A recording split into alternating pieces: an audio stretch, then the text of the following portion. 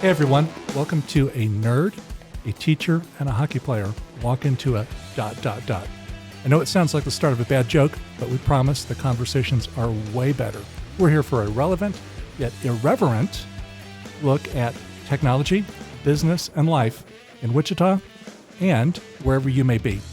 Whether you're here for the technology deep dive, life lessons, business lessons, or just some locker room wisdom, we promise you this is the right place. So let the fun or chaos begin. I'm Paul, I'm the nerd. Kimber, I'm the teacher. And I'd be Jeff, the hockey player. So Kimber, what are we talking about today? Today we're talking about our why. Why are we here? Why OneSource? Why all of it? Great. I'll start with the why OneSource.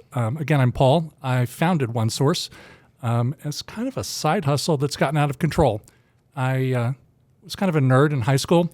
And when I graduated, decided I was going to get into computer science. And it turns out that that was all punch cards and coding, and it was boring. So I kind of took a side detour through business and credit and collections, wound up at a job that paid for me to take networking classes on campus at Microsoft. And that kind of reawakened the nerd inside of me. At that same time, I had some friends that were in business, some acquaintances that were like, hey, I'm having this computer problem, I'm having this issue. And I thought, well, shit, I wonder. Sorry. For those of you that haven't seen this yet, this is our cursing for a cause jar. Every time one of us drops a PG rated word, a quarter goes in the jar. If you happen to drop the F-bomb, that's $1. So save your pennies. By the way, for our friends in the IT channel out there, especially you, Kyle, Alex, and Dean. Oh, yeah, you, Dean. I'm calling you out on this. I suggest you get your own curse jar. Pick a nonprofit. Kimber will tell you more about that later. We're going to donate our funds to that. But anyways, back to where I was. Friends and acquaintances were saying, hey, we're having this computer problem, and it was just getting in the way of their productivity. And I thought, well, there's a business that could probably be built around this. So I got a client, another client, another client, another client, another client, and it's kind of grown out of control. The reason we really exist is to take away the day-to-day hassles of technology for businesses that are trying to use it to be productive, to make money, and to just exist and make the world a better place. What we find is really the, for lack of a better term, the villain in all this is unproductive technology, insecure technology, and kind of legacy billing models where my goal as an IT provider and your goal as a business owner aren't necessarily in production, aren't in sync, for example. So, let's say Jeff owns an accounting firm and he wants to be a client of ours or wants some IT support. In the legacy billing model where I bill him by the hour, my not spoken motivation is for him to have his raggedy old equipment. That's got a nice ring to it. Ka-ching! To have his raggedy old equipment so that every time something breaks, he calls me and I bill him by the hour. What we do different, what we kind of solve for that villain for is we just do a flat rate. We charge you per device, per user every month. And what that does for you as a business owner is it gives you a predictable monthly spend for IT. And it puts our goals on the same page because really what I want is for your stuff to not break, for you to not call me. And that's where I make my most profit. That's where you also make your most profit. So Kimber, your turn. Why would a business use OneSource? No, you're not that. Why are we doing a podcast, aren't we? Oh, well, I wanted to answer the other question. No, why the heck are we doing a podcast? We're doing a podcast because everybody knows who Tall Paul is. You go to any business and be like, yeah, Tall Paul Bush. People know who you are. Do people know that you own a business? No. So my job as the marketing person is to close that gap. And this is fun. Earlier today in a meeting, Kimber called it an ego project. I think it's for Kimber's ego, but it's going to be a great time, so stay tuned. Yeah, Jeff, why are you here? Why did you join OneSource? Well, and that's probably before we start with anything, I'm the FNG, and that that's an acronym. So That's an acronym, so it doesn't count. You're good. If I would have said "fucking new guy," I would have Whole cost me dollar. $1. I just wanted to be the first one to put the dollar in. It won't go in. Oh no. Technical difficulty. He'll be calling technical support later. There we go. There. I feel better. I christened the jar with this first F-bomb. Thanks, F&A Jeff. cotton. Thanks, Jeff. The reason I'm here, I am the FNG. Honestly, I've worked in the managed services space previously in previous jobs. I really wasn't looking to get back into it, but one of the things that really attracted me to OneSource was, as Paul talked about a little bit earlier, is the different approach that he takes towards managed IT services. You can watch all of the different videos and things like that tell you how you should run a managed services operation, what the most profitable ways of doing it. But what really attracted me, besides the culture, which we'll get into a little bit more, was Paul's approach to it. It's, we earn your business 30 days at a time. We don't have 2 and 3 year and 1 year contracts.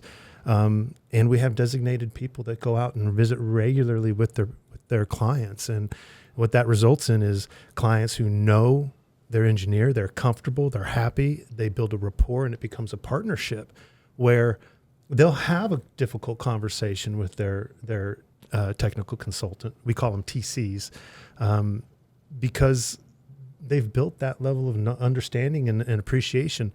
Our technical consultants know how their clients make money. They know what's important to them, what KPIs they're tracking. And part of their job is to understand the client's business well enough to be able to help them sort through their technology, make sure it works optimally for them, and also to find technology that can make their business run better and more efficient. That's just a departure from what you're used to seeing in the MSP world. And so when I had the opportunity to come help direct operations for a managed services provider that does it different, yeah, I said, okay, that sounds pretty cool. Then when I saw the culture, I was like, I'm down. So here I am. I'm the FNG. It's good to have you on the team. And while we're expanding on the why, Jeff, why the Third Eye Blind shirt? Why a particular Third Eye Blind, or why are we all sporting concert T-shirts? Why did you make that choice? Okay, Third Eye Blind. Well, first off, I wanted to be different. I knew I would be black. Everybody would be wearing black, and so I brought different. Second of all, Third Eye Blind rocks, in case you didn't know. I think, Kimber, you're on board with that. Paul, no? Not so much. Not so much. Old Okay. school. Old school. The other thing was this concert stood out for me in particular because we saw it at the Kansas Star Museum. It was literally like going to a movie. Wait, there's a Kansas Star Museum? I'm sorry. Kansas Star Place that you waste money? Place There that you I go. waste money. Thank Okay, you. gotcha. Point Gotcha. being, we left our house about 40 minutes before the concert started. My ass was in the seat, and I had my concert T-shirt and a beverage. They played for an hour and a half. I went home. It was like we got home in 2.5 hours. It was like going to seeing a movie, and it was a great show. No warm-up band, no bullshit, just good music. Dang, I'm gonna need to borrow some money, Paul.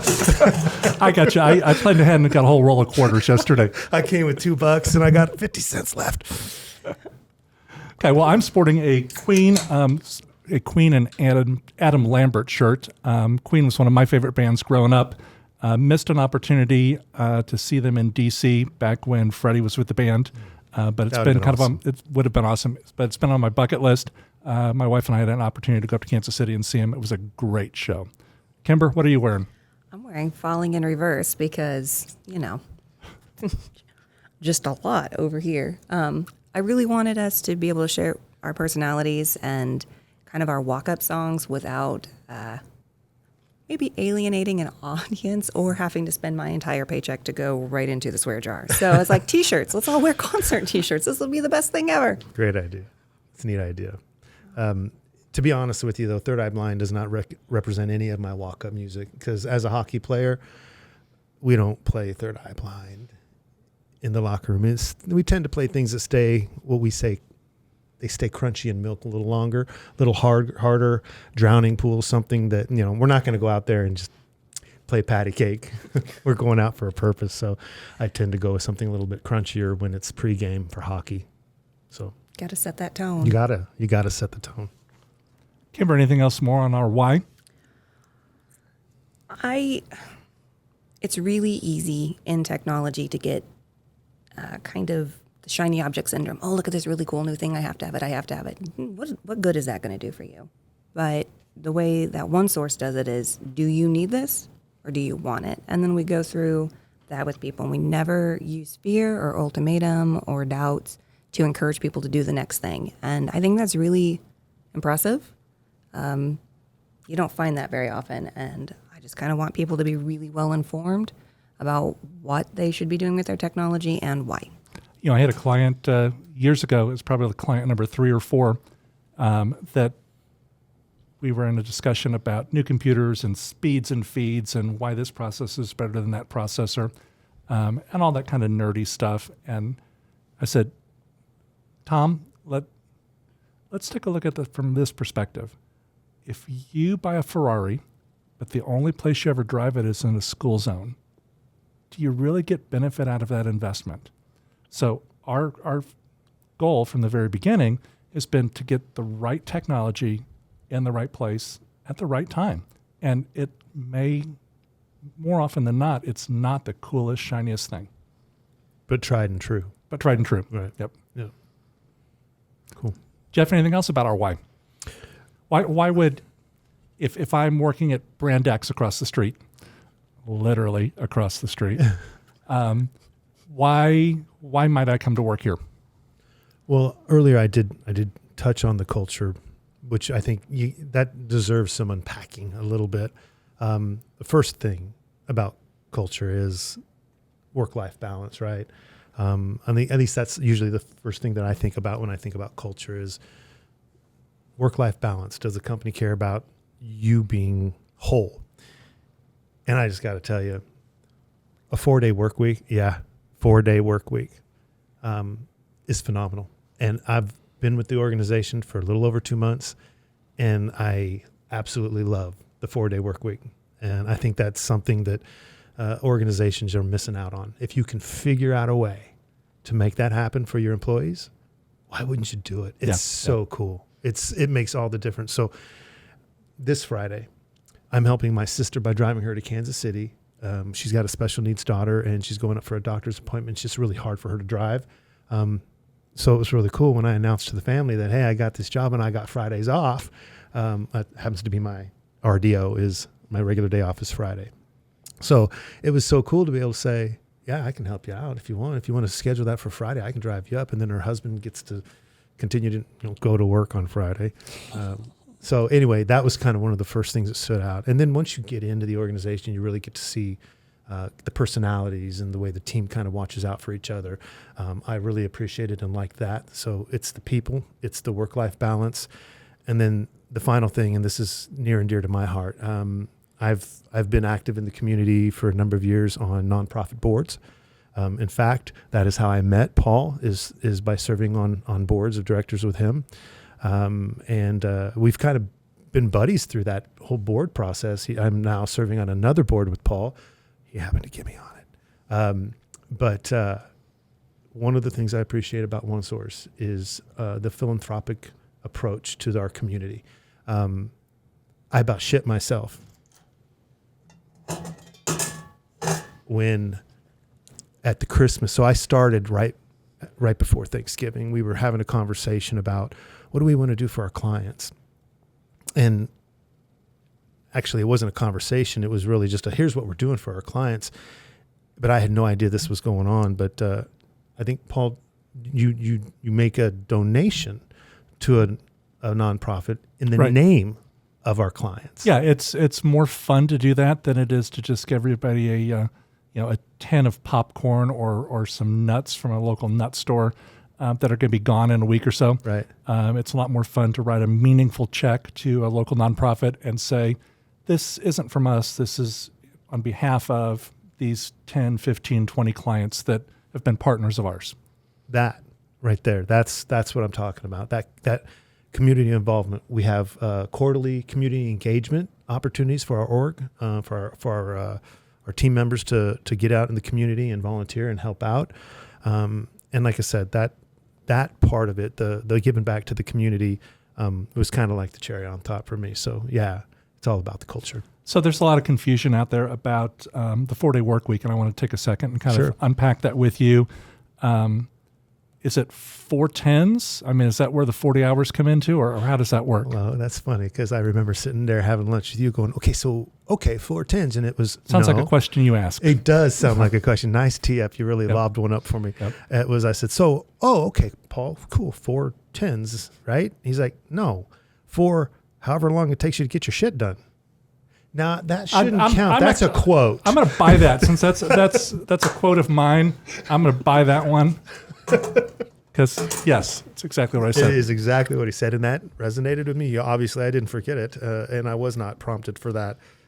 We didn't discuss that. It wasn't pre-rehearsed or anything. But yeah, seriously, it's 4 days for however long it takes to get your stuff done. Get your stuff done. Yep. Get your stuff done. So again, if that's and then it's cool because you see some of the people in our organization, maybe it doesn't work quite right for them to have 4-day work weeks, but maybe they do 5 shorter days. Right. We've got a technical consultant who needs to be home when his children get home from school, and so he works 5 days a week. He just works a little bit shorter day, and so again, it's an example of how the organization tries to mold itself around the employee's needs versus try to jam the proverbial square employee into the round hole. So, Well, I learned a long time ago that even as the business owner, you think traditionally my customer is the business that's paying my bills, and that kind of is to a point. But the reality is, I kind of have 2 customers. I've got that insurance firm, that law firm, that accounting firm that's paying our bills, but then I also have the technical staff. Yeah. Because in reality, they can go to work any place they want. And I guarantee you, anybody on my team can jump ship today and go someplace else in town and make an extra $10,000 or an extra $15,000. But they won't have the environment that they have now. And to them, that's got a lot of value. Yeah. So that's a good why of somebody that is over across the street at Brand X might have some interest in coming to work for us. So when I sat down to meet with K1 and K2, this is K2. I remember they were interviewing me and kind of putting me through the paces and their canned questions, and I was doing my thing, and then it came time for me to ask a question, and I asked one question. Do you remember the question? No.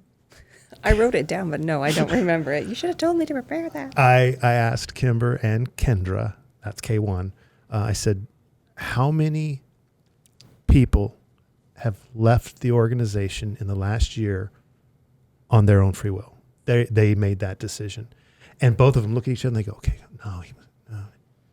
Okay, yeah, none in the last 2 years. And I was like, okay. I didn't have any other questions. That's what I needed to hear. And I think that's a testament to as Paul said, that's the culture. That's the why. That's the why. That's the why you want to come work here. Yeah. Well, unless you've got something else to add, Kimber, I think that kind of wraps up our why. We'll Okay. We'll call it a day on our episode. Thanks for listening. Stay tuned. We've got more coming up. And again, this has been a nerd, a teacher, and a hockey player walk into a ... Thanks for tuning in.